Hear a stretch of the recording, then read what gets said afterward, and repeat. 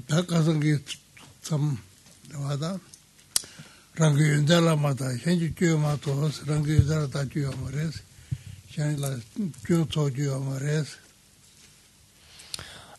Ce dont nous avions parlé vers la fin hier, c'était l'importance donc de ne pas s'attarder trop sur nos qualités, les qualités qu'on pouvait percevoir en soi, et non plus ne pas scruter les défauts d'autrui.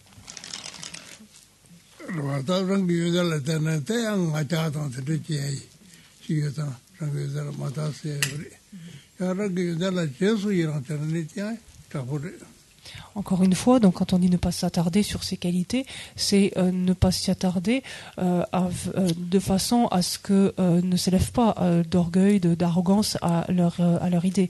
Si par contre, on peut par contre tout à fait penser à ces qualités et se réjouir en fait d'avoir pu les développer, des conditions qui ont permis leur développement, etc. Donc elles peuvent être matière à réjouissance, mais pas plus.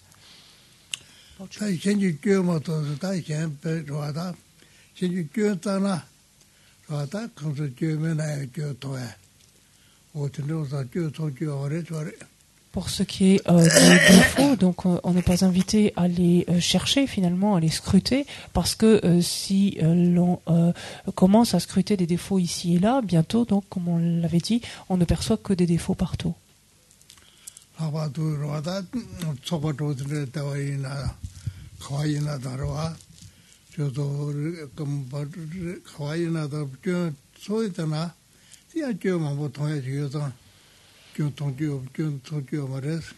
Et c'est particulièrement vrai donc lorsque l'on vit au sein d'un groupe, qu'il s'agisse donc d'un groupe de membres d'une famille, qu'il s'agisse d'un groupe comme un groupe dans le contexte d'une communauté, par exemple comme un centre du Dharma, mais comme dans son activité professionnelle, n'importe, dès qu'on pense, on vit au sein d'un groupe, si on commence ainsi à scruter les défauts des uns et des autres, on n'en finit pas en fait, et on ne voit que des défauts.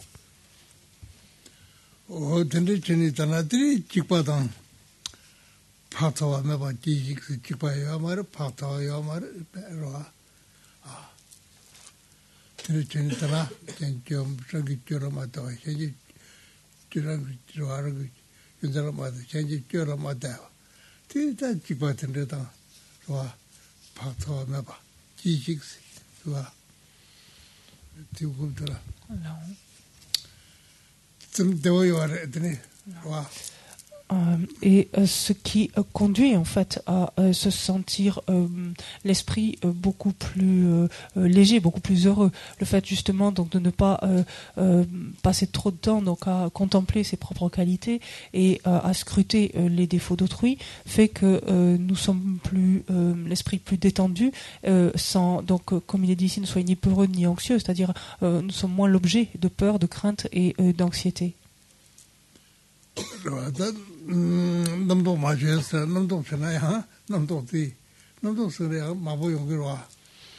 Rappelons-nous également, on avait terminé là-dessus, que Tisha nous invitait à ne pas laisser proliférer nos idées, nos idées au sens se faire des idées, nos projections mentales, toutes les idées qu'on peut se faire sur les choses. Un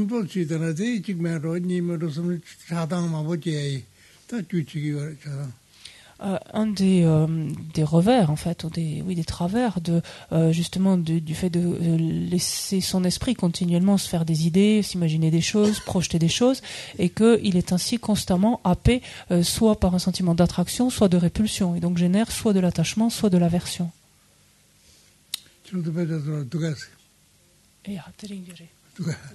Vous avez le texte aujourd'hui.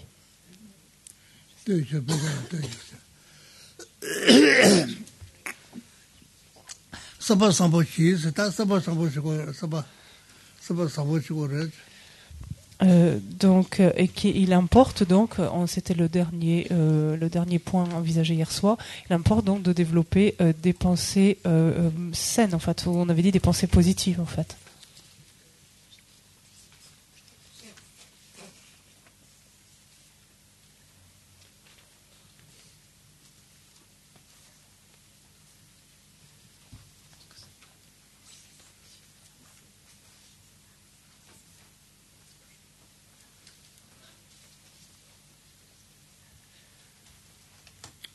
Si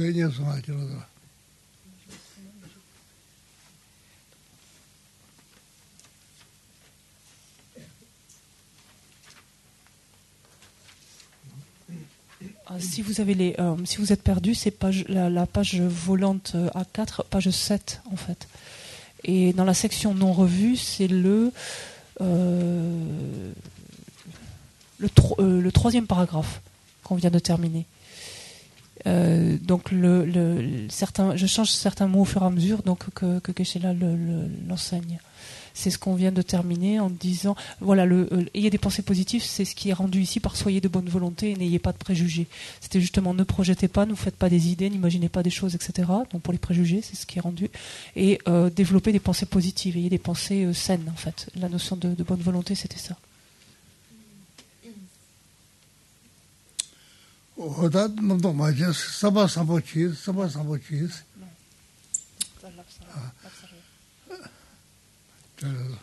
Saba sambo chisi da rwa saba chungna da changju sam sama chungna da ningje da chabalo so da komni abir khare na pento chiala da saba sambo par des pensées donc positives. Donc on traduit également quelquefois par développer le bon cœur en fait, ou des qualités de noblesse de cœur. C'est toute cette idée qui est derrière, et cela veut dire animer en fait son esprit avec par de la bienveillance, de l'amour, de la compassion, par de l'esprit altruiste qui est bodhicitta, sont développés. Donc s'évertuer en fait à engendrer ce type d'état d'esprit. 조지 지가서 나도 이탈지 미통나 더 이메스 그러와 그 주면에 미원의 저주부 사바사보 중에서 그래 사바사보. Et vous avez probablement déjà entendu, mais il semble que lorsque Atisha rencontrait des gens qu'il voyait quand il croisait quelqu'un, nous on a l'habitude de dire bonjour, ça va, et Atisha disait bonjour, est-ce que tu as des pensées positives, est-ce que tu penses en fait de façon, est-ce que tes pensées sont bonnes, sont saines quelque part?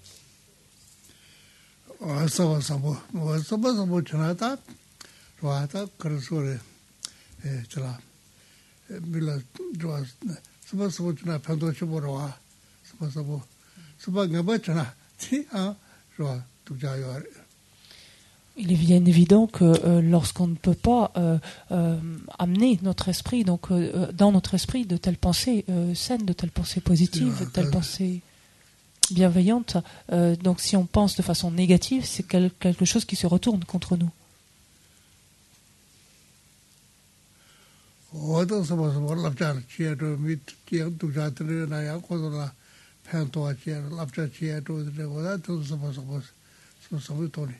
Et le fait d'entretenir volontairement, donc de développer des pensées saines, des pensées positives, des pensées bienveillantes, pour le dire encore autrement, est quelque chose qui va par exemple nous amener à regarder donc d'un œil bienveillant une personne qui se méconduirait et l'amener en fait à essayer de lui montrer en fait avec beaucoup d'habileté ou de doigté, mais l'erreur en fait de sa conduite.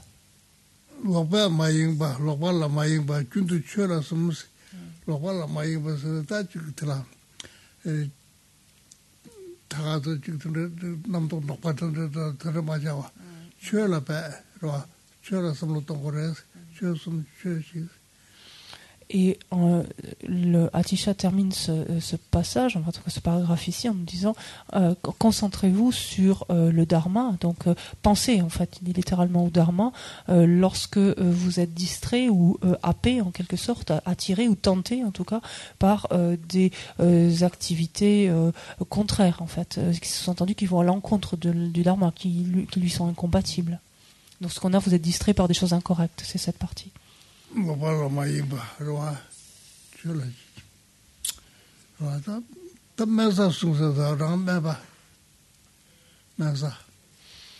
Ensuite, il nous invite à être humble, à adopter une posture, un état d'esprit d'humilité.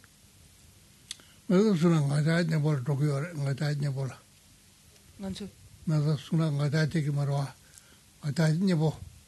ça, la sonne. L'humilité, donc bien sûr, qui prévient en fait la survenue de l'orgueil. Lorsque l'on adopte volontairement une posture, que l'on on s'attache à développer de l'humilité, nécessairement, parallèlement, on ne peut pas éprouver de l'orgueil ou de l'arrogance.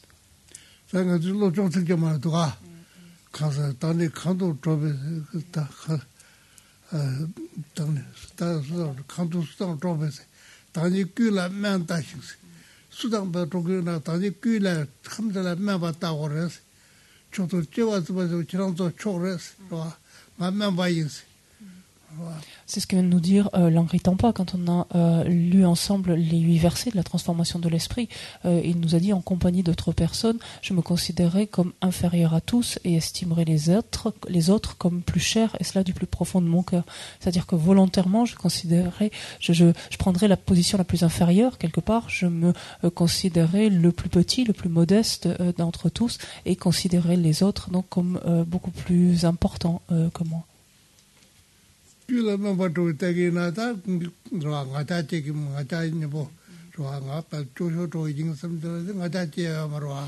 est évident que lorsque l'on est en présence d'autrui, si volontairement on s'attache à penser qu'on est le plus petit d'entre ces êtres, naturellement, simultanément, on ne va pas se sentir supérieur. On ne peut pas se sentir supérieur à ces êtres, donc on ne peut pas développer de l'orgueil.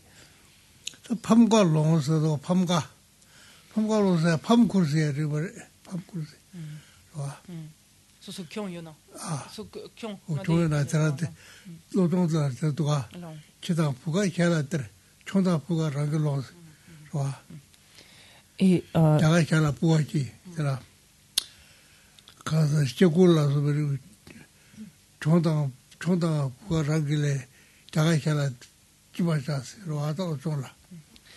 Et Tchak continue en nous disant, si d'aventure vous êtes vaincu, acceptez-le de bonne grâce. C'est encore ce que nous dit Langri Tampa dans les 8 versets, lorsqu'il nous dit j'accepterai la défaite et offrirai aux autres la victoire. Donc sous-entendu, c'est de bonne grâce en fait que j'accepterai d'être vaincu, sous-entendu d'avoir tort, etc., d'être remis en question, etc.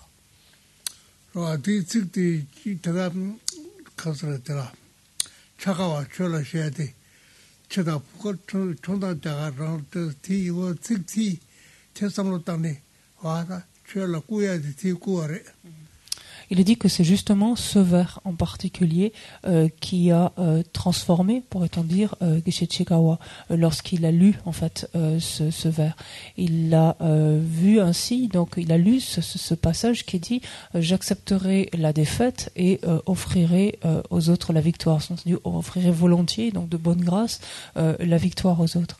Il est dit que lorsqu'il a entendu ce vers, il a trouvé ça complètement incroyable en fait, complètement presque inconcevable.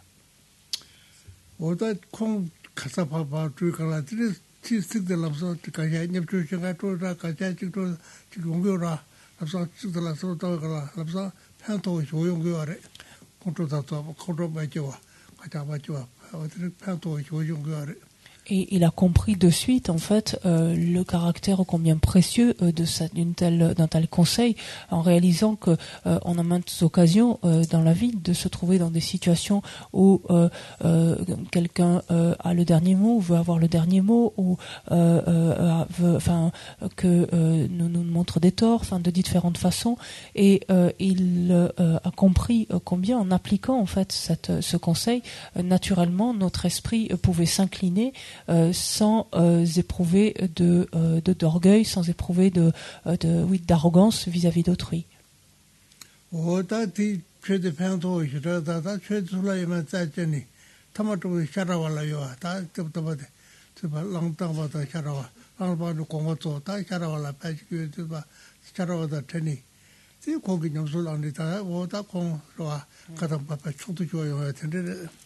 Et lorsque Geshe Chikawa tomba sur ce vers, aussitôt qu'il en comprit donc toute la portée, il voulut aller à la rencontre de son auteur. Mais à l'époque, lorsqu'il se mit en quête de Langri Tampa était déjà décédé, et en fait il trouva celui qui était le réceptacle en fait de cette instruction, qui était l'époque Geshe Sharawa. Et c'est auprès donc de Geshe Sharawa qu'il reçut donc les de la transmission donc de l'entraînement de l'esprit, du Lojong. Et c'est ce que Satasha donc a développé Geshe Chakawa, qui devint un des éminents maîtres donc de cette tradition Kadam. 오다들이 저 유가종서 다닌 거를 생각을 하고 해보게 와다데 저정도 와다 유정도 있기라 저도 유 맞았어야 돼 뭐로 유세 요규 요규 유세나데 요규 말어와 요주랑 있잖아 다 유세나 그래요 주 코를 맞았어 뭐 유가 유가 좀서 있다 유가 좀서 그 다닝 바지래 다 제가 하고 봐서 다닝 바지 가도 중들 다닝 바 모두가 제가 다닝 바 그렇게 편복해요 아래 룽바소스가 퀴전이 지라다 싶어서 진짜 가래 말이야 난소디 유르겐 노마키 간데스키 유르겐디 간데스키 요르스나디 보쇼마치 오다 텐데데 이마다 맞아 제 소도래야 Geshe-la indique que pour le morceau suivant, ce qui est rendu ici par abandonner la vantardise, Geshe-la dit je ne m'aventurerai pas en fait sur cette expression parce qu'en fait Atisha utilisait un langage donc comme on dirait pour nous du vieux français en fait, donc on pourrait dire du vieux tibétain et en plus avec un dialecte prononcé donc de la région du Pampo, de sorte que certains mots en fait ou certaines expressions ont perdu complètement leur usage. Donc voilà, je ne dirai rien à ce propos, je ne sais pas ce que ça veut dire.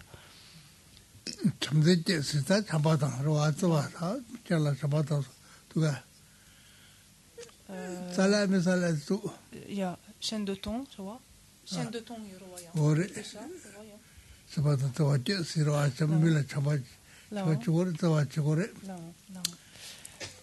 ensuite, donc, on reprend il convient donc de développer, on a ici engendré toujours l'esprit, on a compatissance et bon, bienveillant, mais bon, c'est un esprit plein d'amour, de bienveillance.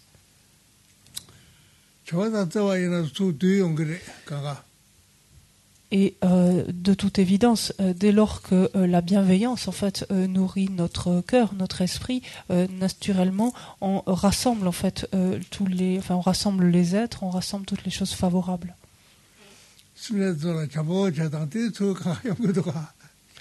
Regardons combien, en manifestant ainsi de la bienveillance à des êtres, ou alors a fortiori, enfin à des êtres humains, je pensais, mais à des animaux, par exemple, combien ceux-ci en fait viennent près de nous, combien il est facile en fait ainsi de les faire, enfin de les apprivoiser, de les faire s'approcher de nous.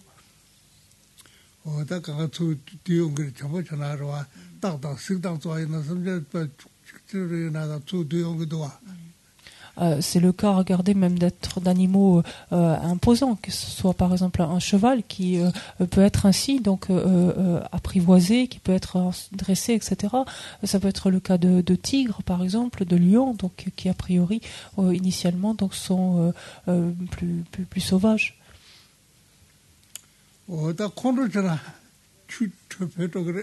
Par contre, qu'on vienne à développer de la colère ou que l'on vienne à éprouver de l'irritation, enfin de l'irritation, de l'aversion, à ce moment-là, tout ce qu'on a rassemblé se disperse en un éclat.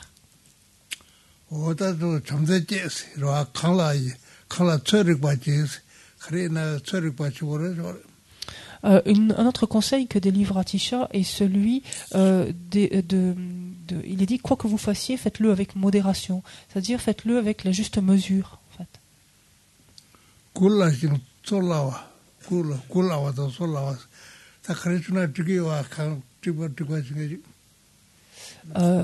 Kulawa. Kulawa, c'est non? Kulawa. Et d'être ensuite donc facilement satisfait, en fait, facilement se contenter facilement de ce que l'on a.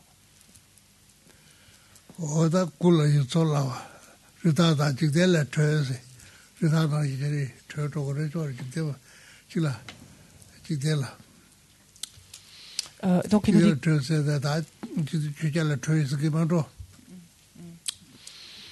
nous dit donc quoi que vous fassiez, faites-le donc avec la juste mesure, avec modération. Soyez facilement satisfait et tout aussi facilement donc comblé de ce que vous avez.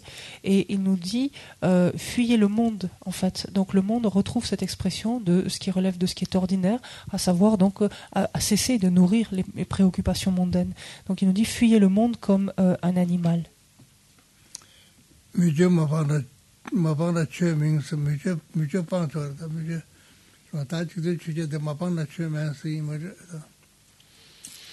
Ensuite, il nous dit si vous ne renoncez pas, alors il dit à l'existence profane, on retrouve toujours cette notion donc de ce qui ne relève pas du dharma, donc sous-entendu ce qui est encore sous-tendu par les préoccupations mondaines, c'est toujours ce qu'il faut comprendre ici.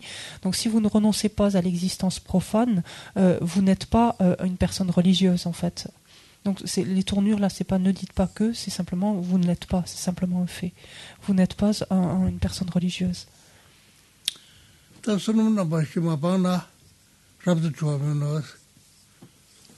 Son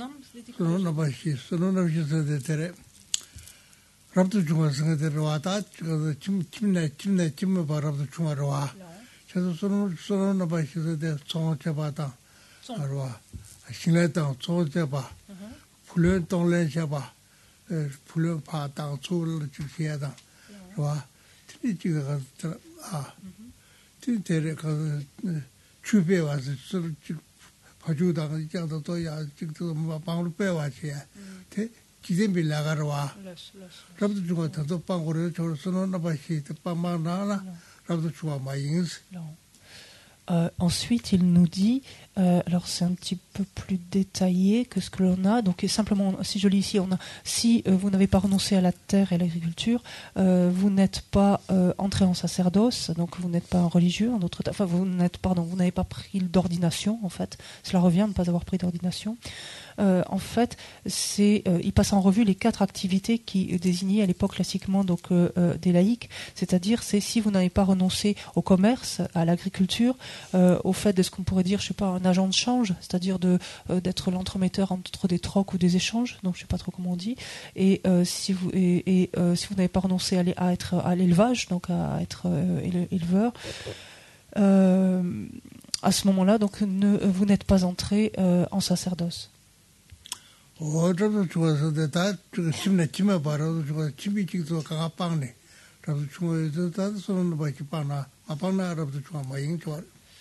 De sorte que, alors ça c'est dans le contexte de l'époque, mais ce qui est dit ici, c'est si d'une manière ou d'une autre vous n'avez pas renoncé à ces différentes activités qui constituent donc les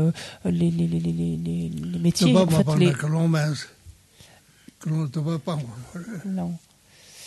les projets donc les activités des laïcs, ce faisant donc vous ne pouvez pas considérer en fait avoir réellement pris l'ordination, c'est-à-dire rien ne distingue en fait la laïcité de votre état monacal. Et ensuite il est dit si vous ne renoncez pas au désir, vous n'êtes pas un bhikshu, une personne pleinement ordonnée.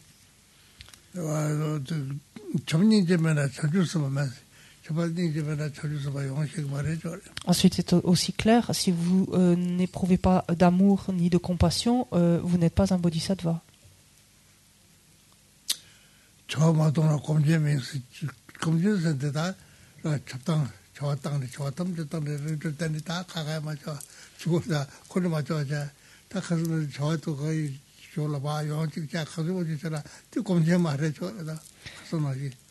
Et il termine le paragraphe en disant si vous ne renoncez pas aux activités, aux différentes activités, en fait, vous n'êtes pas un grand méditant. Rappelez-vous ce qui avait été dit hier sur le fameux retraitant renard, ou semblable à un renard, celui qui ne cessait d'aller et venir, d'être affairé à de multiples choses. Donc, tant que tel est le cas, ce que vous faites est contraire finalement à ce qu'est un grand méditant, c'est-à-dire d'avoir justement abandonné toute activité extérieure.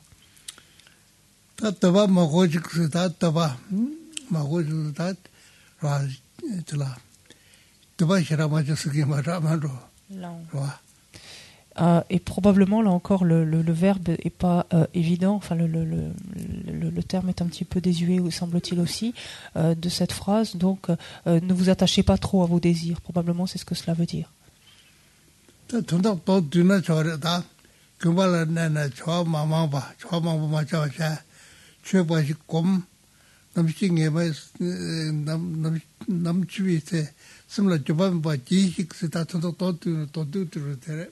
Et donc en fait, à ce stade maintenant, Atisha résume tous les conseils qu'il vient de délivrer donc à Yeshibarwa, donc ce qu'on a commencé depuis hier, et il lui dit, en bref, quand vous demeurez dans un monastère, donc on se rappelle monastère, retraite, lieu de retrait, d'isolement, lorsque vous demeurez là, engagez-vous dans peu d'activités et méditez simplement sur le dharma, de sorte que vous n'ayez aucun remords au moment de la mort.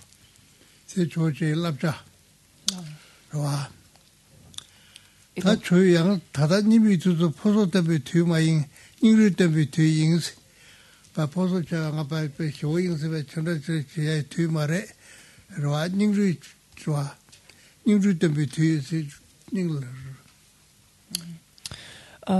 Le texte poursuit ensuite et il est dit qu'à un autre moment, donc dans un autre contexte, Atisha a expliqué ainsi, en cet âge de déclin n'est pas celui où il convient de faire étalage en quelque sorte de ses connaissances, entendu de se satisfaire de ses connaissances, de son savoir.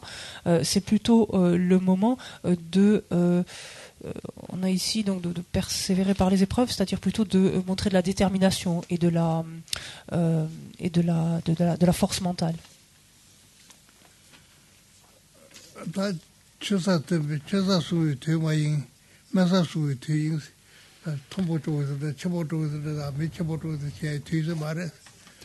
Et donc dans ce nouveau contexte, Atisha dit encore ici, pareil, durant une période de dégénérescence comme la nôtre, ce n'est pas le moment de se considérer comme supérieur, mais bien le moment d'adopter une position d'humilité.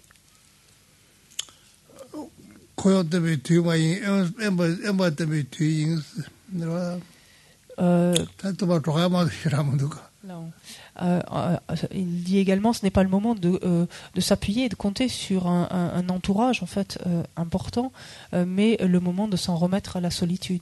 Donc en même temps, c'est vrai que là on peut avancer plus rapidement parce que ça coule un petit peu de source, ce qui est dit. Enfin, c'est explicite.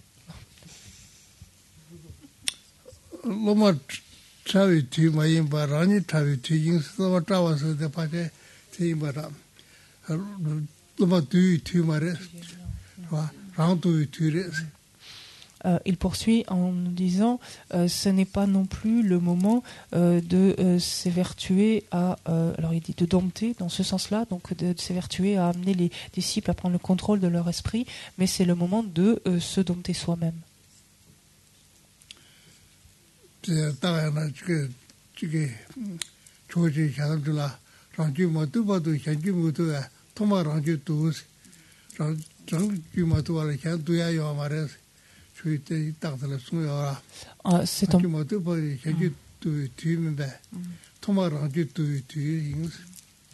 C'est un point que soulève régulièrement Atisha. On verra dans un autre contexte, beaucoup plus loin dans ce texte, mais il dit dans tous les cas, tant que notre esprit, tant que l'on n'a pas pris le contrôle de notre esprit, tant que on ne l'a pas maîtrisé, on ne l'a pas dompté, ça veut dire tout simplement qu'il n'est pas prêt en fait à amener les autres donc à maîtriser leur esprit. Donc il n'est pas prêt à aider les autres à se contrôler.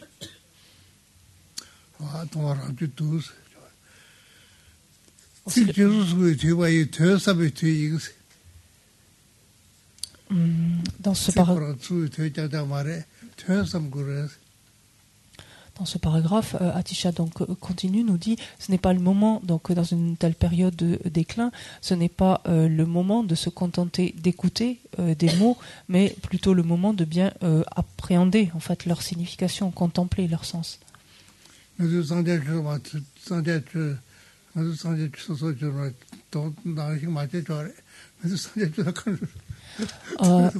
Si l'on regarde quand même de près le contenu ici du texte, gentiment, c'est une réprimande qui nous envoie en nous disant en fait, ne restez pas comme vous le faites simplement à réciter, je prends refuge dans le Bouddha, le Dharma, le Sangha, etc.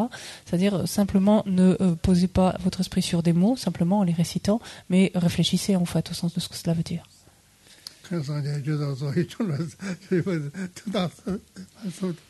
Parce qu'habituellement, on enchaîne machinalement, je prends refuge dans le Bouddha, le Dharma, le Sangha, etc. Et notre esprit est habituellement plutôt ailleurs que là.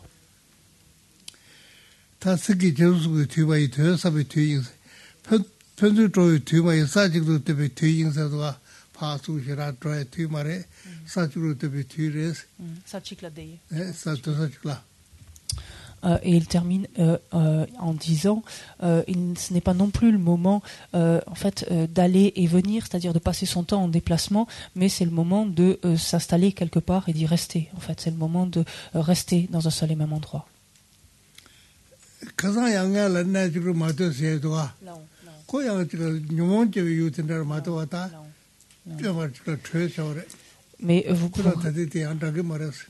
Mais vous pourriez arguer, dire, mais attendez, hier, il a dit exactement le contraire, en disant qu'il ne fallait pas s'installer quelque part. Je ne sais plus le texte, évidemment. Mais qu'il ne fallait pas s'installer à un endroit. Et on se souvient que c'était dans le contexte précis de ne pas s'installer dans un endroit qui favorise l'émergence de nos perturbations. C'est ça qu'il fallait entendre. Donc ça n'a rien à voir avec ça ici.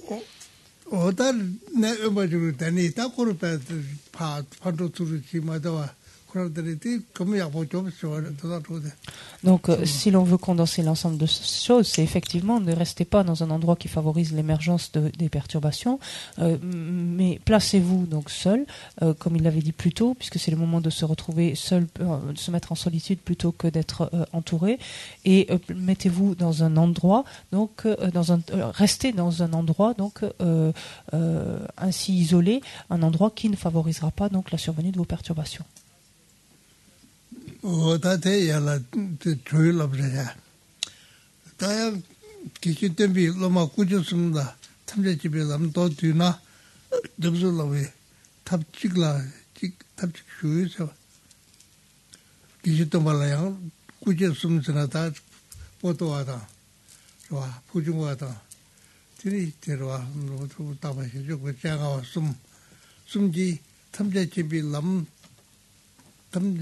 탐제집이 남 탐제지 더도나 두나 점술랑we 탑직 가르지 요아래서 다시 요인 뭐래. 고다. 게시던 발라 수제. 게시던 발라 수제. 게시던 발라 좀더 발라. 좀더 발라 요아 좀더 별로 말로 하고서 좀. 그좀. Il est dit donc dans un autre contexte, donc là on a cet ajout ici qui dit effectivement que c'est après le passage donc d'Atisha dans le Parinirvana, mais donc il est dit dans un autre contexte, c'est donc Jomtampa, donc l'ami spirituel, littéralement Jomtampa, qui son disciple principal, donc qui se trouva au contact donc de ce qu'on appelle les trois frères classiquement, les trois frères qui étaient les trois disciples principaux donc de Jomtampa et qui sont ainsi Potowa, Changawa, Puchungwa, lesquels en fait se tournèrent vers Jomtampa pour lui demander la question suivante, s'il pourrait leur parler de la méthode de pratique qui inclut l'essence de toutes les voies vers l'omniscience.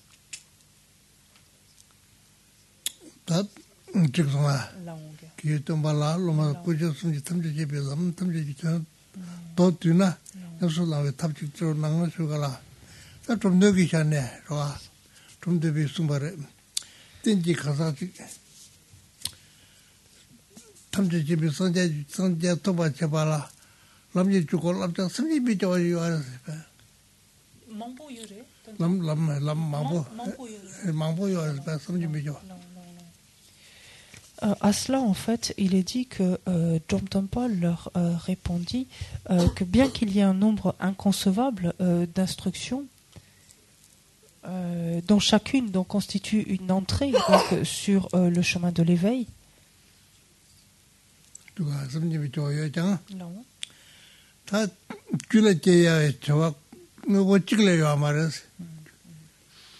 Il est dit que pour celui qui possède donc les fondations nécessaires à la pratique, il n'y a qu'une seule chose à cultiver.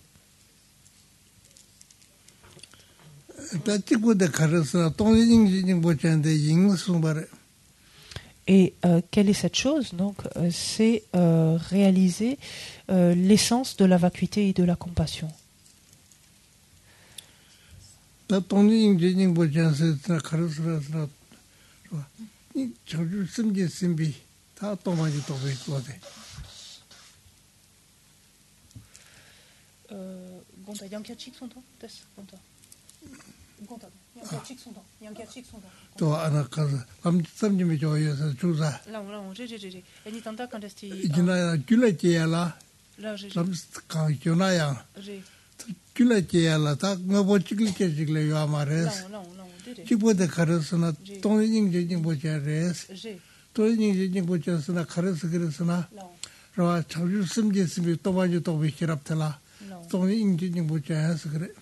Et donc, qu'est-ce qu'on entend en fait par réaliser l'essence de la vacuité et de la compassion? C'est réaliser en fait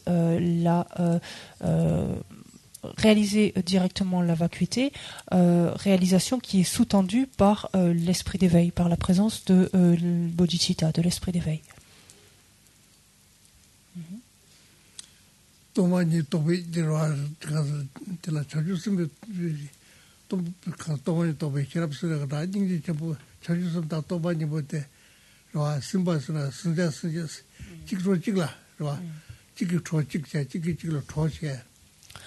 Ces deux en fait ces deux facteurs devant en fait s'entretenir en fait ou s'étayer mutuellement, en ce sens que l'esprit d'éveil ici donc dont il est question, donc c'était l'esprit altruiste ici, l'esprit d'éveil sous-tendant en fait la réalisation directe de la vacuité, laquelle réalisation directe de la vacuité permet le renforcement en fait, l'intensification encore de l'esprit d'éveil et lequel permet encore l'affinement donc de ou là encore l'amplification de la sagesse qui réalise directement la vacuité.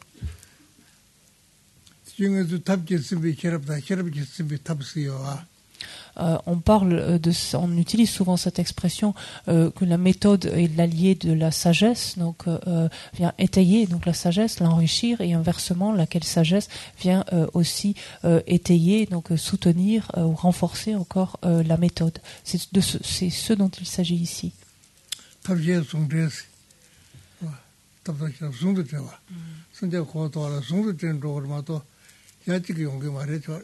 Et cela revient encore à parler donc de l'union de la méthode et de la sagesse, et on sait combien c'est la chose indispensable à faire.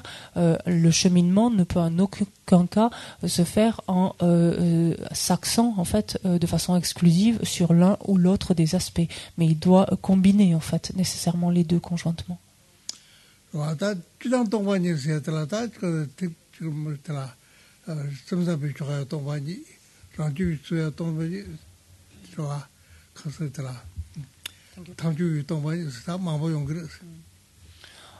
Lorsque l'on parle de vacuité, néanmoins, la compréhension de ce terme, de ce que comprend cette notion, va différer selon qu'on se place selon le courant des Chittamatra, ou encore celui des Madhyamika Svatantrika, ou encore celui des Madhyamika Prasangika.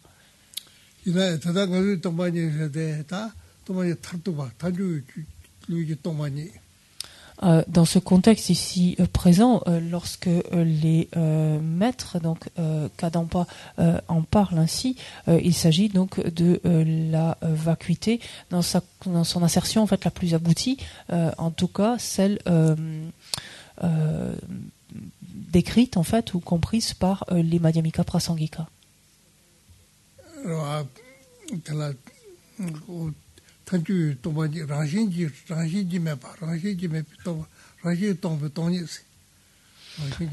Il s'agit en fait d'une vacuité d'existence inhérente, c'est-à-dire d'une absence d'existence inhérente.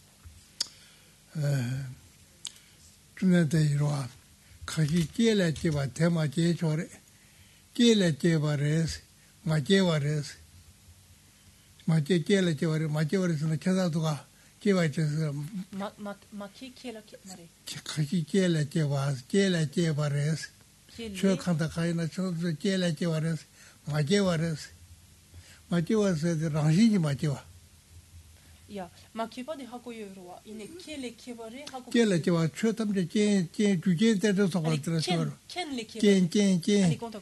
주당 제당 그러와 같이 제라 제바 테마제스 제스라 주제다 들지 오다 들어 베나 제마 못고로와 오 테라 제바테 테마제스 제라 제와이다 마제와레 저래 마제와레스에 그 라시지 마제와레스 라시지 제나 제라 떠고 말와 Le Bouddha a ainsi indiqué que les phénomènes, donc sous-entendu ici les phénomènes composés, donc les phénomènes composés sont produits en dépendant ou sont nés, on peut dire ici, mais sont produits en dépendance de conditions, mais qu'en même temps ils ne sont pas produits.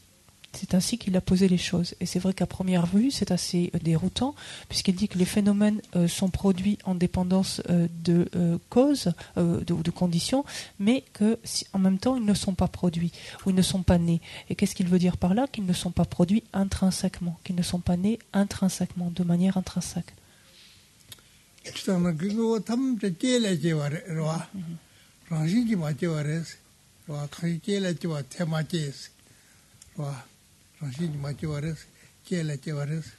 ça, c'est le propre donc, de ce qu'on peut appeler tous les facteurs composés. On parle de phénomènes efficients, littéralement, c'est-à-dire tous les phénomènes qui sont composés, qui sont donc impermanents.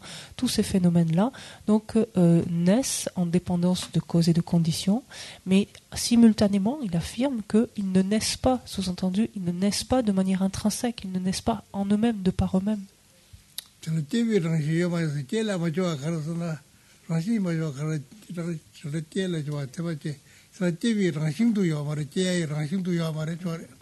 Et c'est signé même par l'affirmation, par la première affirmation, à savoir que les phénomènes naissent en dépendance de causes et conditions.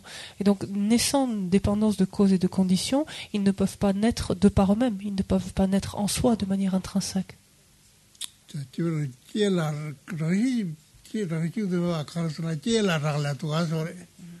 L'absence d'existence intrinsèque, l'absence d'existence en soi ou de par son propre côté est niée par l'affirmation même que les phénomènes existent en dépendance donc de leurs causes et conditions ici. Et c'est parce que justement ils sont dépendants qu'ils sont vides. Et alors ici il faut bien comprendre le terme de vide, c'est-à-dire qu'ils sont dénués d'une existence intrinsèque. C'est ça qu'il faut comprendre par vide.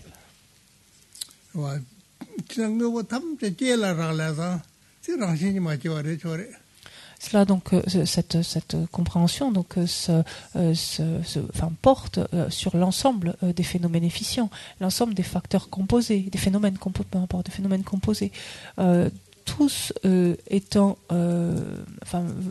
à exister, étant produits en dépendance de causes et de conditions, par là même donc ils sont tous dénués d'une existence en soi, dénués d'une existence intrinsèque, et donc ils ne sont pas produits de par eux-mêmes, produits de manière intrinsèque.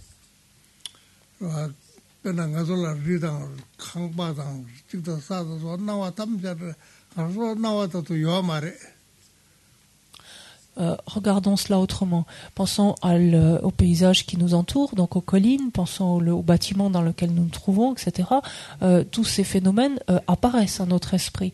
Or, en fait, ce qui apparaît à notre esprit ne reflète pas l'existence ultime de ces phénomènes.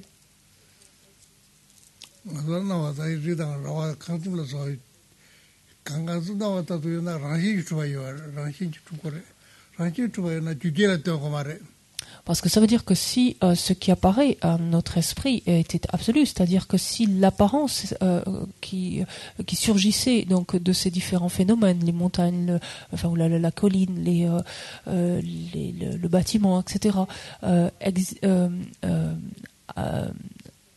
exister tel que cela apparaît à notre esprit, ça voudrait dire alors que ces phénomènes existent de façon absolue en soi, existent de manière de leur propre côté, puisque c'est ce qui apparaît à notre esprit. Et c'est bien là que l'on voit qu'il y a une disparité, une distorsion entre la manière dont les choses apparaissent à notre esprit et dont elles existent vraiment.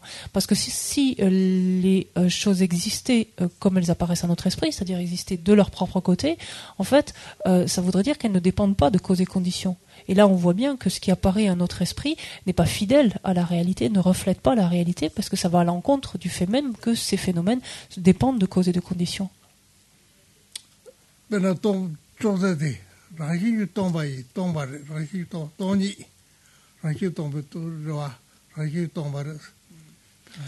Revenons encore plus près, prenons la table par exemple. La table est, on dit littéralement vide, ça veut dire la table est dénuée d'une existence propre, d'une existence intrinsèque.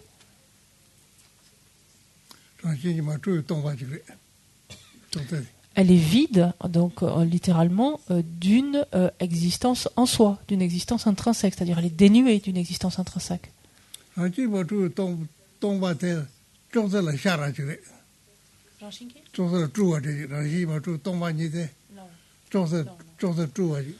Et c'est justement de par cette absence d'existence intrinsèque, donc, ou de cet état d'absence d'existence intrinsèque, ou à partir de cette condition-là, finalement, que la table peut exister en tant que table, qu'elle peut se manifester, enfin que peut apparaître une table en d'autres termes.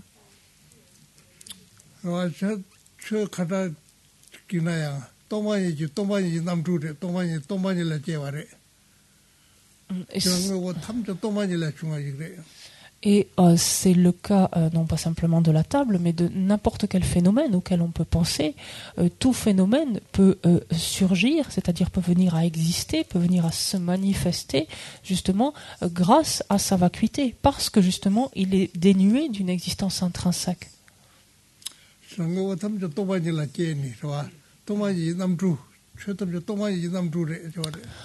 Et donc ainsi, en comprenant que tous les phénomènes donc sont existent grâce à leur vacuité, peuvent se manifester en tout cas grâce à leur vacuité, on comprend ainsi que toute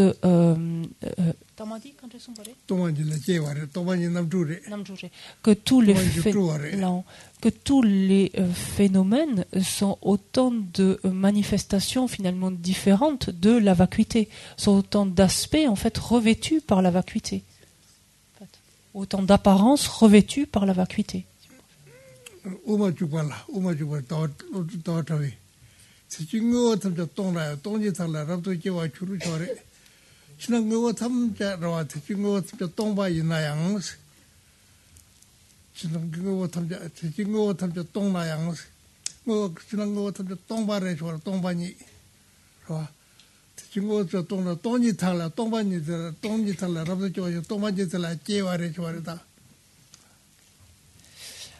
C'est ce que dit Chandrakirti dans l'entrée au milieu, lorsqu'il dit bien que tous les phénomènes efficients, donc tous les phénomènes impermanents, composés, si vous préférez, bien que tous les phénomènes efficients soient vides, donc de cette vacuité, de leur ils apparaissent de leur vacuité, en fait.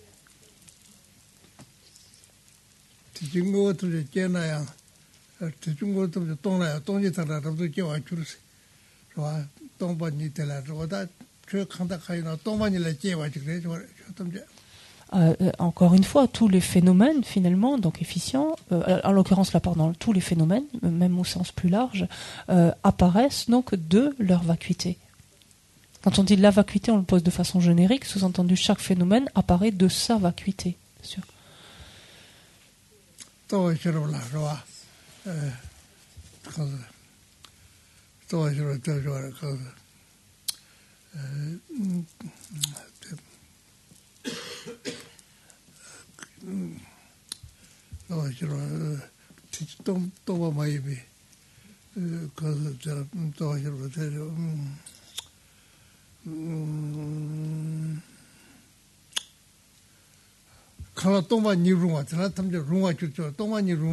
다 강아롱그레스 칼라 또만이 룽아 들라데 탐저 룽그 말레스 칼라 또만이 룽아 다 탐저 룽아 줄스 또만이 유튜브 다 강아용그 요아레 저래 강아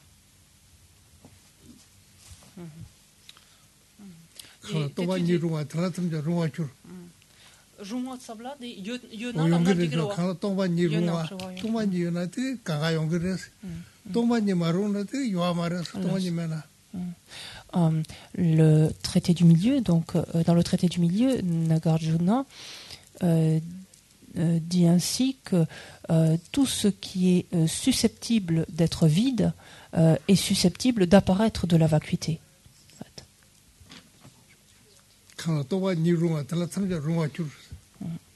Tout ce qui est susceptible d'être vide, donc, est susceptible d'apparaître de la vacuité.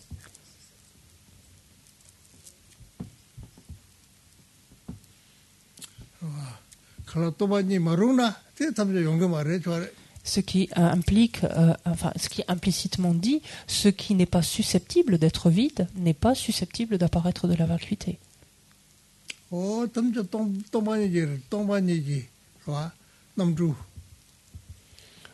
Donc en d'autres termes, tous les phénomènes donc, sont autant d'apparences, de manifestations de la vacuité.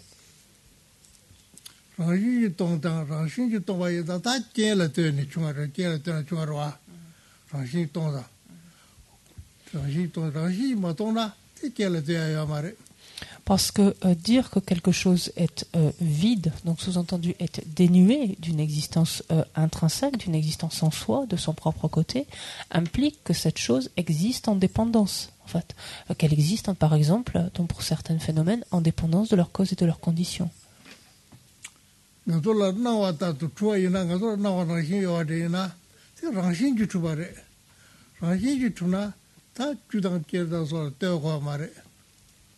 Et donc, si l'on revient en fait à la manière dont les phénomènes apparaissent à notre esprit, si la manière dont les phénomènes apparaissent à notre esprit reflétait la réalité, alors ça voudrait dire que puisqu'on voit les phénomènes, enfin en tout cas que les phénomènes apparaissent à notre esprit comme existant de leur propre côté, ça voudrait dire qu'ils devraient exister de leur propre côté. Mais on voit bien que ce n'est pas le cas, puisque des phénomènes comme les phénomènes efficients, par exemple, existent en dépendance de leurs causes et conditions. Et donc ça, c'est leur manière d'être, leur mode d'existence. Et donc manifestement, ce n'est pas ainsi qu'ils apparaissent à notre esprit. C'est là où on voit qu'il y a une distorsion entre ce qui apparaît à notre esprit, entre par exemple la manière dont la chose existe et dont elle apparaît à notre esprit, en fait.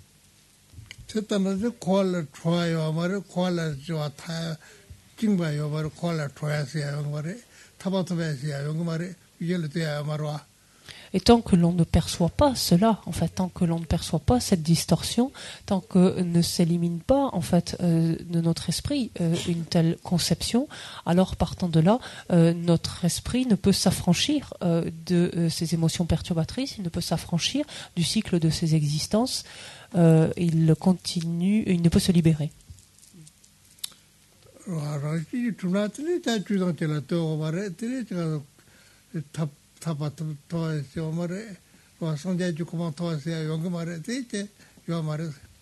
Et si l'on poursuit le raisonnement, donc si les choses existent en fait telles qu'elles apparaissent à notre esprit, donc elles lui apparaissent comme existant en soi, comme existant de leur propre côté. Si les choses existent ainsi, donc cela nie en fait le fait qu'elles existent de cause et condition, donc cela nie l'évidence, peut-on dire, mais cela aussi nie au sens de ferme la porte à une possibilité de libération, cela ferme la porte à une possibilité de transformation, d'amélioration de son esprit, cela ferme la porte à l'obtention de la bouddhéité, par exemple.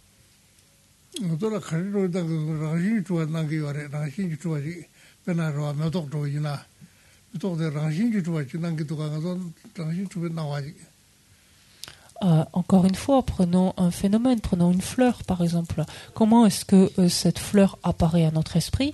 Elle lui apparaît comme existant intrinsèquement, comme existant de son propre côté.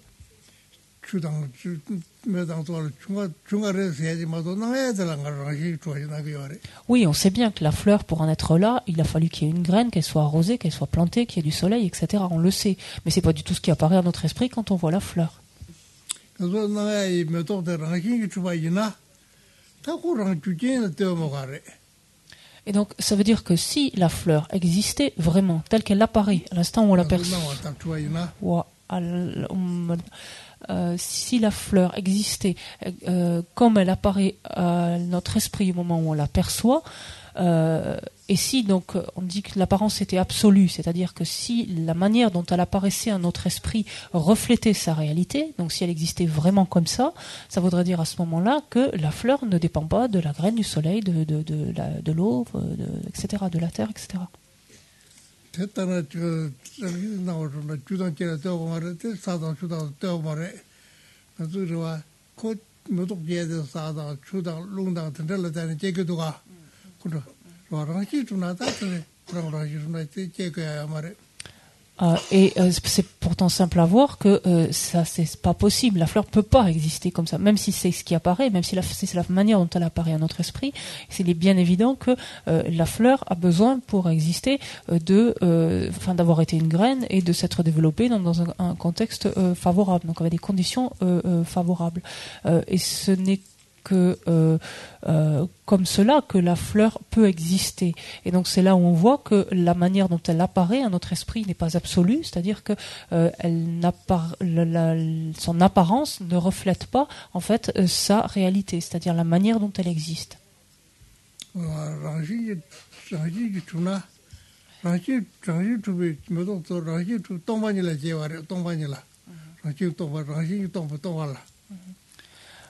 Parce que en fait la fleur existe ou se manifeste à partir de sa vacuité en quelque sorte.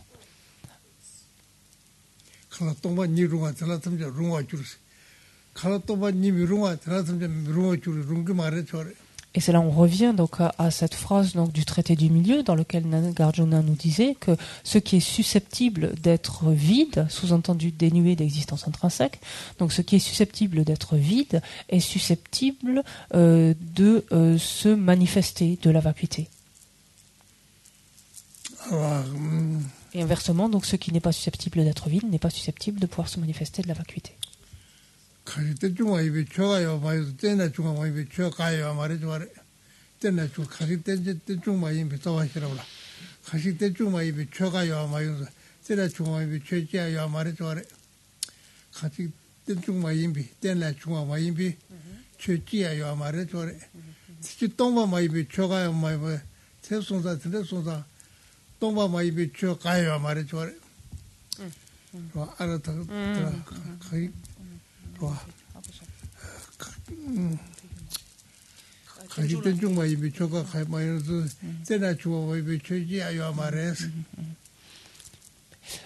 Et toujours dans le traité du milieu, Nagarjuna dit que puisqu'il n'est aucun phénomène qui existe de manière indépendante, où il le dit donc en le tournant dans l'autre sens, c'est-à-dire puisqu'il n'existe aucun phénomène qui existe sans dépendre d'autre chose donc que de lui-même, puisqu'il n'existe aucun phénomène ainsi qui existe de manière indépendante, il n'existe aucun phénomène qui ne soit vide. Il est impossible donc qu'aucun phénomène ne soit vide.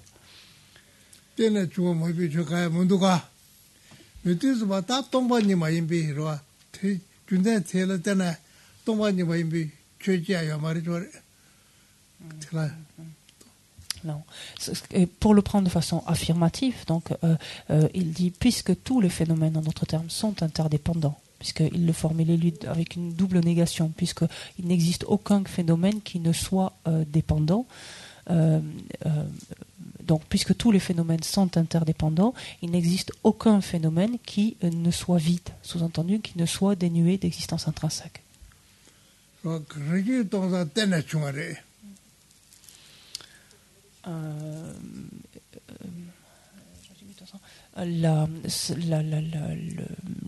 Le vide, c'est-à-dire le fait que un phénomène soit vide, entendu donc dénué d'existence intrinsèque, est prouvé quelque part, est affirmé même par son existence même en dépendance. Non. Consola. Non. Est-ce que ça va? 하고도 때 하고도 Est-ce que vous suivez un petit peu? 그래서 가고 있지. La dernière phrase, elle est difficile dans une Nagarjuna, les deux. Enfin, pour moi. Mariki Sakidu qui tsawa sherap qui tamati, je vois. Tenjung la tene, je vois.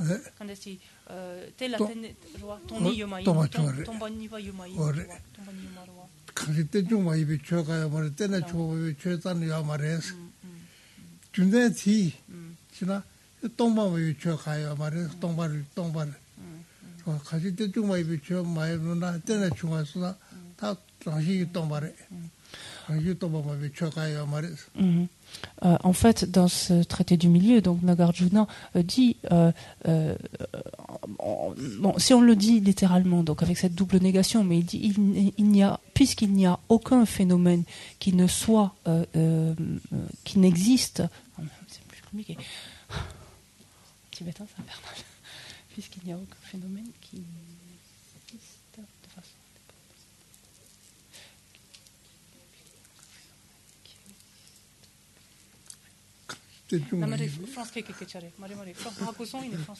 puisqu'il n'existe aucun phénomène.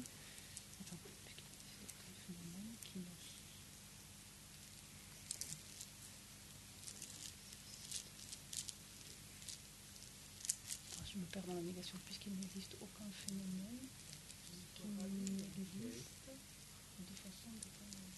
Je me perds dans le truc. C'est pour ça que je tourne en positif. Faisons le simple là. Non, peu importe, parce que le sens, c'est le sens qu'on va rechercher. Il y a des doubles négations et en français, on est obligé d'en enlever certaines. Donc c'est bon. En fait, puisque les phénomènes sont interdépendants, c'est ça que ça veut dire. Puisqu'en fait, il n'y a aucun phénomène qui n'est pas dépendant. Voilà, c'est ça. Puisqu'il n'est aucun phénomène qui ne soit dépendant, sous-entendu, tous les phénomènes sont interdépendants. Voilà. Donc, puisqu'il n'est aucun phénomène qui ne soit dépendant, de fait, il n'est aucun phénomène qui ne soit vide. C'est-à-dire encore, puisque tous les phénomènes sont interdépendants, tous les phénomènes sont vides. Et ce ne serait pas, puisqu'il n'existe aucun phénomène qui ne soit indépendant. Mais non, parce qu'ils ne sont pas indépendants. Ils sont dépendants, les phénomènes. C'est le truc.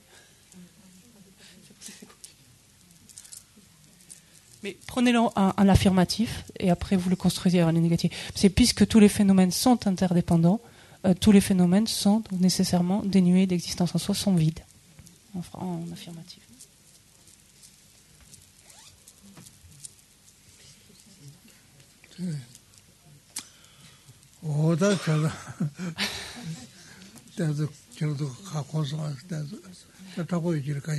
Mais est-ce que, bon, jusque-là, enfin, ce qui a été dit donc en relation avec la vacuité, est-ce que ça a un peu de sens ou pas du tout?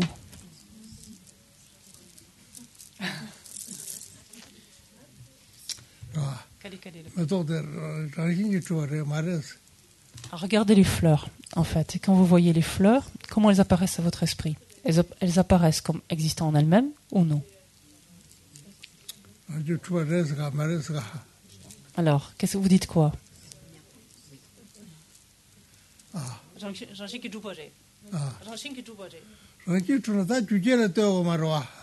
Donc, si vous affirmez donc qu'elles existent, parce que c'est ce qui apparaît à votre esprit, si vous affirmez qu'elles existent en existant en soi, de leur propre côté, ça veut dire quelque part que vous niez le fait même qu'elles dépendent de causes et de conditions.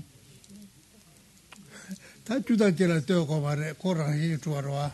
voudrait dire donc qu'elles n'ont jamais eu besoin de causes et de conditions, elles ont toujours été là comme ça et elles seront là toujours comme ça.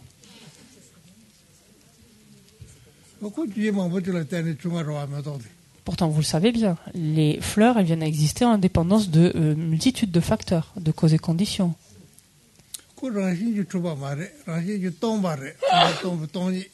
Et donc, les fleurs, puisque justement, elles existent en dépendance d'une multitude de facteurs, de causes et de conditions, elles n'existent pas de par elles-mêmes, elles n'existent pas en elles-mêmes, elles n'existent pas de manière intrinsèque. Donc, elles sont vides, littéralement, donc dénuées d'une existence intrinsèque.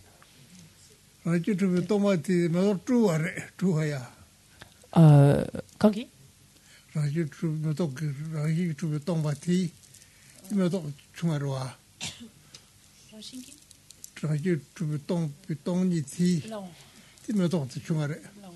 Et en fait, les fleurs telles qu'elles apparaissent là à notre esprit peuvent se manifester ainsi parce que apparaissant de leur vacuité, parce que se manifestant de leur vacuité.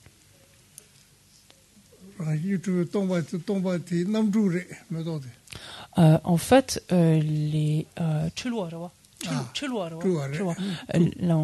fleurs en fait sont des on peut dire des manifestations en fait.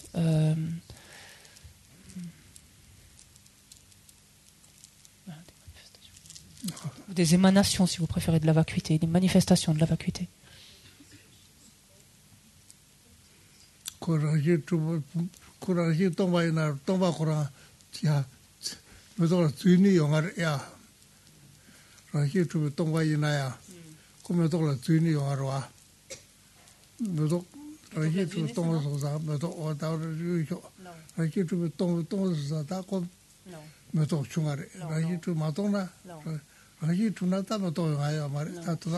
Ce qu'il faut vraiment arriver à toucher, c'est que si la fleur existait en soi, existait véritablement, de manière intrinsèque, donc telle que cela apparaît à notre esprit, ça voudrait dire que la fleur ne peut pas exister, puisque en fait, ça voudrait dire qu'elle n'aurait pas besoin de causes et de conditions, et que ça, c'est pas possible, tout simplement. Et elle n'aurait pas eu besoin de la réunion de différents facteurs pour venir à exister, et ça, c'est pas possible.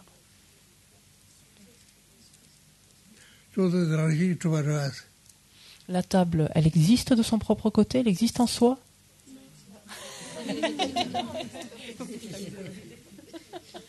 Mais ça que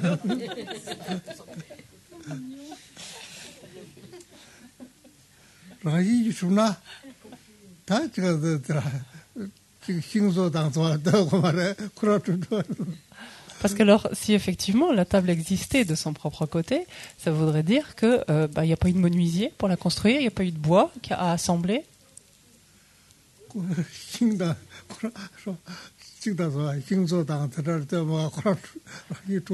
Ça voudrait dire qu'elle serait apparue spontanément, telle qu'elle, sans l'intervention de quoi que ce soit.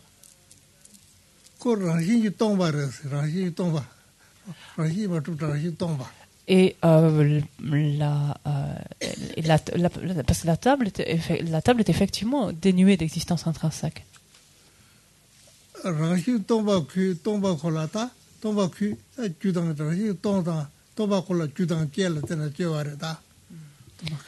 Elle est dénuée parce qu'elle est dénuée.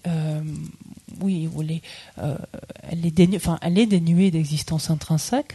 Et pourquoi peut-on dire qu'elle est dénuée d'existence intrinsèque? Parce qu'elle existe en dépendance. Elle existe en dépendance donc des causes et des différentes conditions qui ont permis sa production.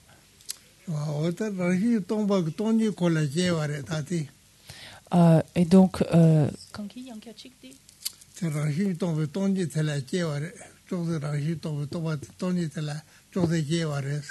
et donc c'est encore une fois de la vacuité donc qu'a pu se manifester, ou parce qu'elle est vacuité, donc parce qu'elle est vide d'existence intrinsèque, mais parce qu'elle est vacuité que la table a pu se manifester ainsi, tout en étant donc dénuée d'existence intrinsèque, peut se manifester, peut prendre cette apparence-là.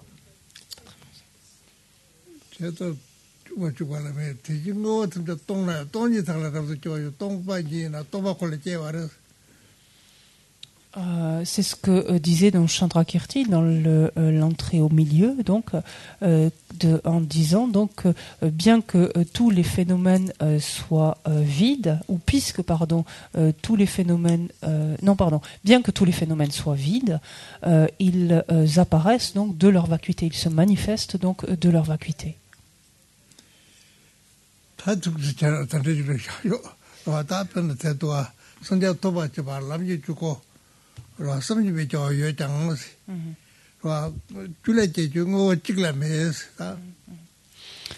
Et donc, c'est pas vraiment une digression qu'on est en train de faire, mais d'expliquer en fait ce que la réponse en fait de Dromtonpa ici, puisqu'il répondait en fait aux trois frères que bien qu'il y ait d'inconcevables instructions, il n'y a qu'une seule chose à cultiver, et quelle est-elle? C'est justement de réaliser l'essence de la vacuité et de la compassion, à savoir donc justement cet esprit d'éveil sous forme d'esprit altruiste ici, qui sous-tend la réalisation de la vacuité. 그래서 또 남주 주고 삼주미 조여서다 마봉에 중다 직당 마보 용거를 와 중다 두림다 주바다 두림다 서바다 마보 용거를 때 이나야랑 그 줄라지야 돼다 뭐뭐 찍려면 저래. Et lorsqu'il parle d'inconcevables instructions, donc il s'agit bien sûr de toutes les instructions qui visent à développer le renoncement, celles qui visent à nous amener à pratiquer la générosité, l'éthique, la patience, la concentration, etc. Et il y en a encore un nombre incalculable d'autres. Bien que toutes ces instructions soient excellentes, il n'y en a qu'une seule, quelque part, qu'il est vital, on peut dire ici, de cultiver, parce qu'elle constitue, elle permet donc l'accès à l'éveil. C'est justement donc la réalisation de cette essence.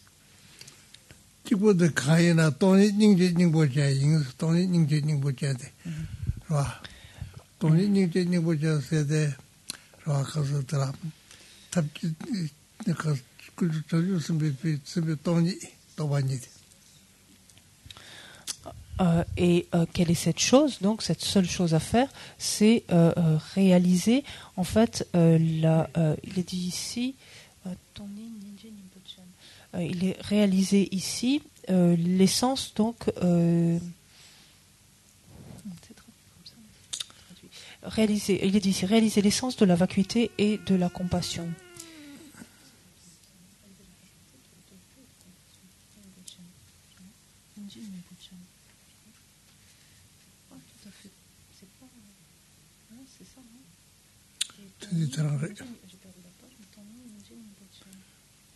Excusez-moi, je réfléchis un instant parce que j'ai gardé la traduction.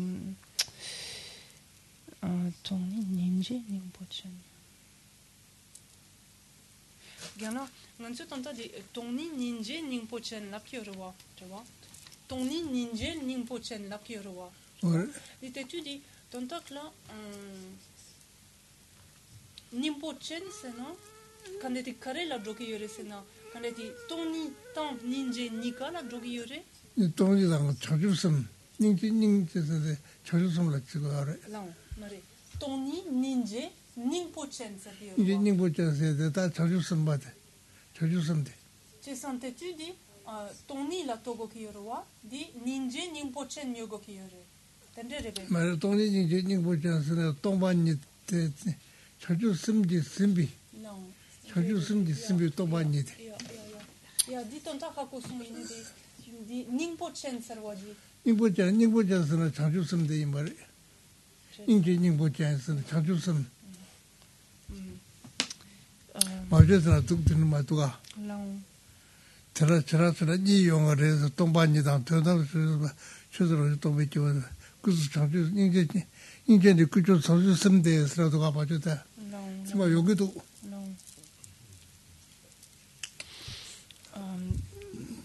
Excusez-moi, c'est juste avec la traduction de cette... J'ai un peu de mal avec cette tournure et je suis pas sûre qu'on soit si proche du tibétain. La réalisation de l'essence de la vacuité et de la compassion, je dirais plutôt comme la réalisation de la vacuité qui a pour essence la compassion, en fait. C'est-à-dire qui est sous-tendue, en fait, par l'esprit d'éveil sous sa forme, ce qu'on verra plus tard, relative, c'est-à-dire l'esprit altruiste. Et cet esprit altruiste, donc, qui vient sous-tendre, qui vient nourrir, en fait, la réalisation de la vacuité. Donc je l'entendrai plutôt comme la réalisation de la vacuité qui a pour essence en fait la compassion, la grande compassion, donc sous-entendu ici l'esprit d'éveil relatif.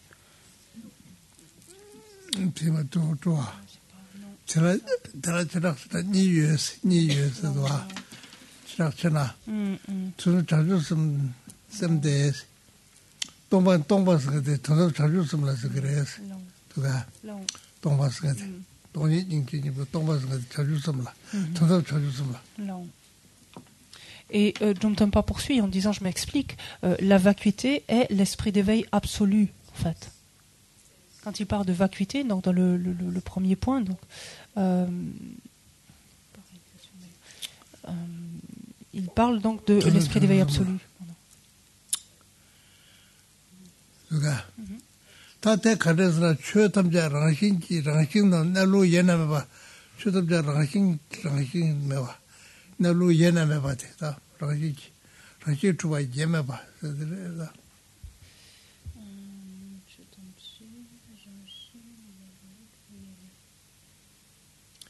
rangshin nam rangshin sirwa rangshin nare nalu nare tela meba Yene c'est non? Tena meba Teneme pas. tena jiwa meba.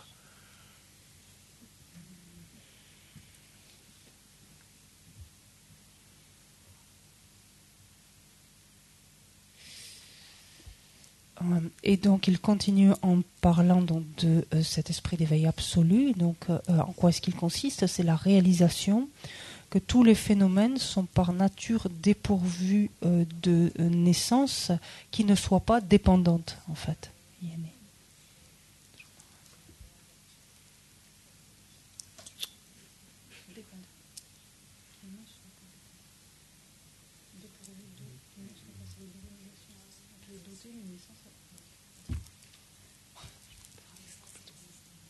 Non, c'était pas ça du tout. C'est pas ça, c'est pour ça.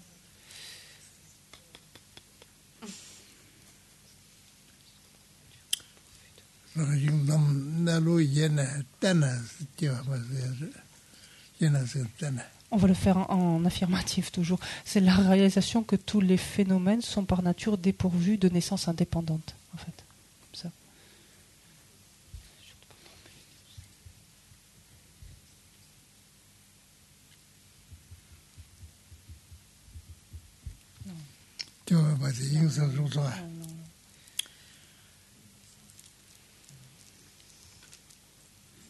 다 오늘 들어와서 들어와 저라서니 동바지 동서에 되는 다 두두 저주선서 자. 다 닝제스가 돈이 닝제니 보자서 닝제스야 돼. 그래서 저주선 돼. 저주선. Et donc, dans ce premier point, donc, il y avait la réalisation donc, de la vacuité qui a pour essence la compassion. Donc, pour ce qui est de la vacuité, ce terme ici faisait référence dans cette réalisation à l'esprit d'éveil absolu. Donc, et la compassion, en termes de compassion, ou de grande sous-entendu compassion, n'est autre que l'esprit d'éveil sous sa forme relative.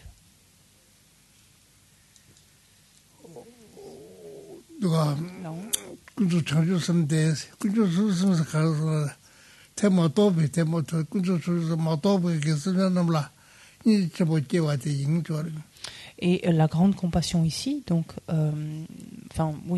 à laquelle il est fait référence quand on parle d'esprit d'éveil relatif, c'est la grande compassion qui s'étend à tous les êtres qui n'ont pas encore réalisé, sous-entendu, que tous les phénomènes sont par nature dépourvus de naissance indépendante.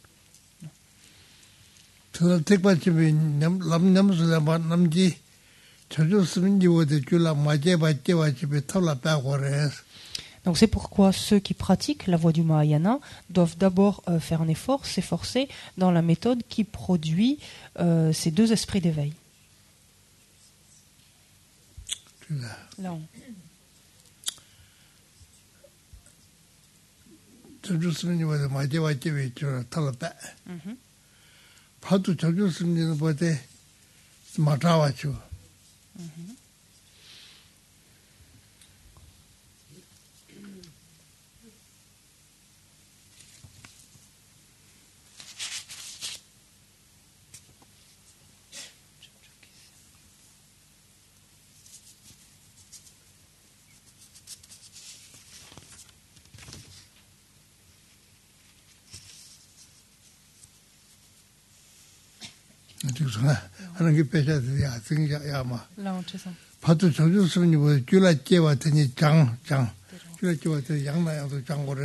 Et donc, une fois que ces deux aspects maintenant de l'esprit d'éveil ont été développés, ils doivent être cultivés, pratiqués, donc on doit s'y entraîner avec diligence.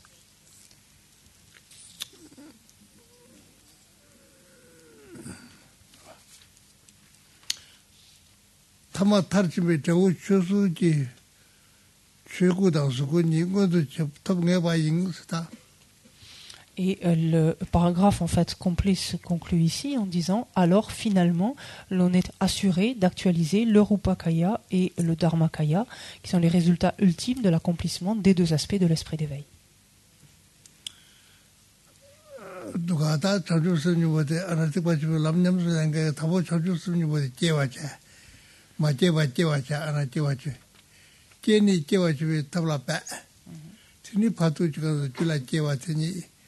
tini 장래 야 코바차 타르티니 대코바차나 다 최지구당 수군이 뭐 제기를 것도 제도 그래서. Donc en fait, avec ce simple paragraphe, il résume l'ensemble en fait de ce qui est à faire du processus, à savoir dans un premier temps, il convient de comprendre en quoi consistent les deux esprits d'éveil, de quoi est-ce qu'ils relèvent. Ensuite, il convient de s'évertuer à les développer, à les engendrer en notre esprit. Ensuite, une fois chose faite, il convient de les renforcer, de les faire se développer, et enfin, donc en vertu de cela, d'actualiser les deux corps d'un Bouddha. 조구스나 수직구당 수직구 조구다 수고 조구스나 다 들어와 가서 이제 법이 기타 오니구다 라지 조구다 다 오니구다 다 이제 법이 기기 좋아다 동반이 또 불러다 오다 들라 로브는도 가서 들라 주마선대 법이 빵바 오다 되니 몰라 다 죽었어. 수고지나 다 수지고 다들 와서 자주 쓰는데 수고 쪽에 답래. 와 지금 또 먼저 또 올라데 최고 쪽에 주대래. Si l'on regarde brièvement, enfin on évoque brièvement les deux corps d'un Bouddha, donc on parle du Dharmakaya et du Rupakaya. Le Dharmakaya est constitué lui-même donc de ce qu'on appelle le Svabhavakaya, donc le corps de la loi de nature, on pourrait dire ainsi, et du Nanda Dharmakaya, c'est-à-dire du corps de la loi de sagesse. En particulier, ce corps de la loi de nature correspond donc à deux aspects, ce qu'on pourrait appeler un aspect de pureté foncière et un aspect de pureté acquise, c'est-à-dire pour ce qui est du deuxième aspect, un aspect qui s'est dépouillé donc des pollutions adventices, en fait, qui s'est débarrassé des pollutions adventices. Ce Dharmakaya, donc dans sa forme complète, est le fruit de l'actualisation donc de l'esprit d'éveil sous sa forme absolue, c'est-à-dire de la réalisation directe de la vacuité et de son application. Et quant au Rupakaya, il consiste en le corps de jouissance et le corps d'émanation, le Sambhogakaya et le Nirmanakaya, et il est le fruit donc de l'esprit d'éveil sous sa forme relative.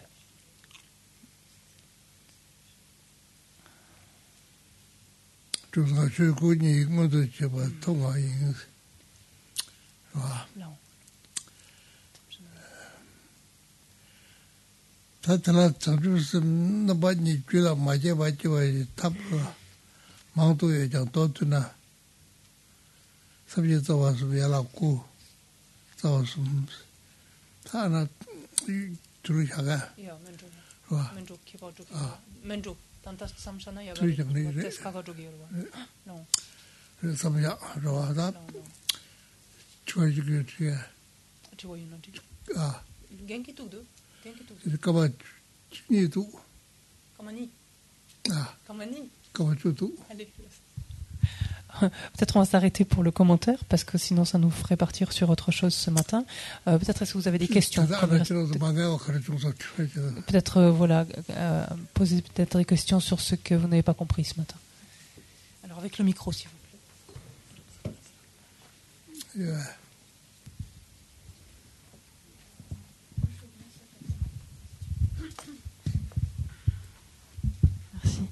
À un moment, tu as dit, Valérie, bien que tous les phénomènes soient vides, ils apparaissent de leur vacuité. Alors, est-ce que, en fait, ça, quelque part, ça voudrait dire qu'ils ont leur propre vacuité, bien qu'ils soient vides? Ou alors, est-ce que ça voudrait dire, en fait, ils apparaissent de la vacuité?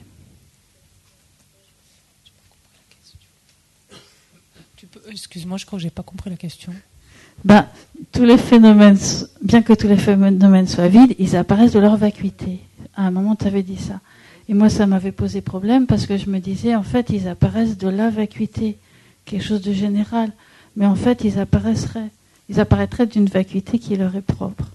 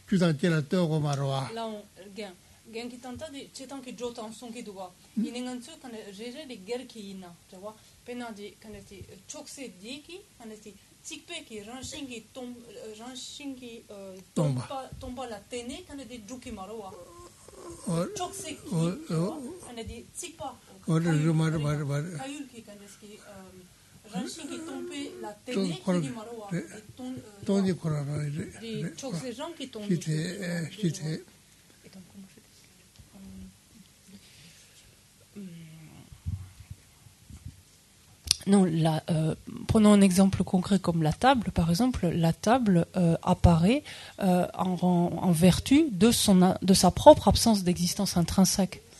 La table existe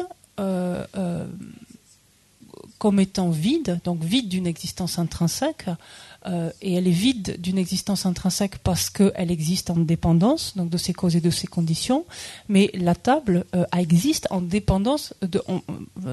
le terme n'est jamais précisé parce qu'en tibétain, ça on n'a pas la structure pour le préciser, mais de la même façon qu'on dit simplement vide en tibétain, on ne dit pas dénué d'une existence intrinsèque, mais quand on entend vide, il faut comprendre ça en fait.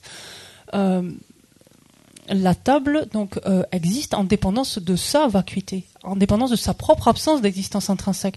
La table ne vient pas exister, par exemple, en dépendance de l'absence d'existence intrinsèque de la tasse, par exemple, ou du mur. Est-ce que ça t'est clair?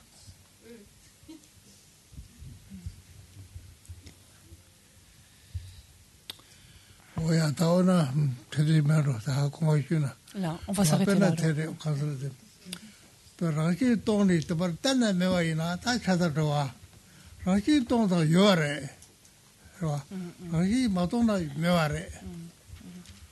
Et c'est toute la subtilité. à comprendre, c'est que dire que quelque chose est dénué d'existence intrinsèque ne veut pas dire que cette chose n'existe pas, et donc quelque part qu'elle n'existerait pas comme étant indépendante. Dire qu'elle n'existe pas de manière intrinsèque, ça veut simplement dire qu'elle n'existe pas de manière intrinsèque. Et puisqu'elle n'existe pas en soi, qu'elle n'existe pas ainsi de son propre côté, naturellement ça permet d'affirmer, le lien est immédiat, cela permet d'affirmer son absence, son existence en dépendance. Et donc d'aucune façon ça nie son existence en dépendance, mais ça l'affirme au contraire.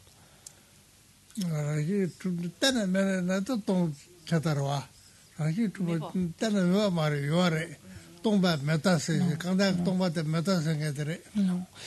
Et c'est toute l'approche donc de ce courant philosophique donc, dont la vue la plus aboutie, c'est que l'affirmation du vide préserve du nihilisme. C'est-à-dire que pour eux, le fait d'affirmer l'absence d'existence véritable de quelque chose permet en fait d'induire implicitement affirme son existence en dépendance. Et donc puisqu'il affirme ainsi, puisqu'est ainsi implicitement affirmé une existence en dépendance, la non-existence est réfutée. Et donc il se préserve ainsi de l'extrême du nihilisme.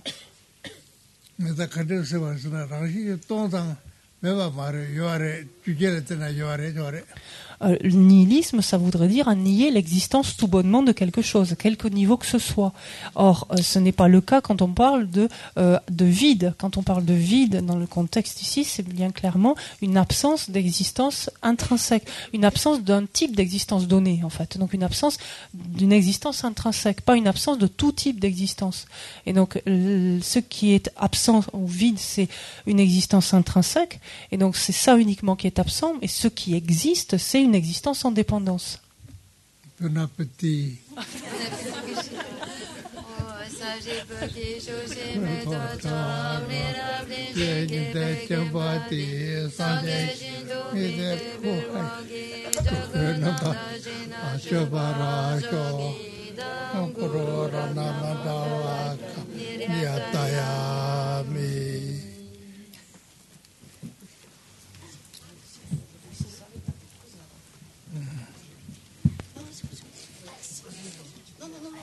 C'est pas ça, c'est le pied qui me fait mal.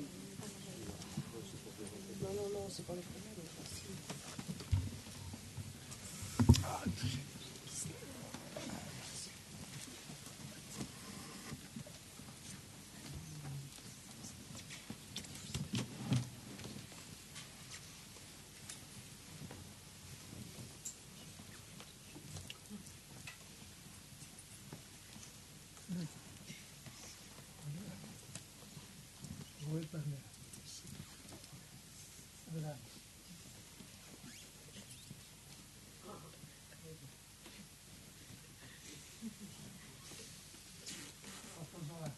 Tu as compris? Tu lui fais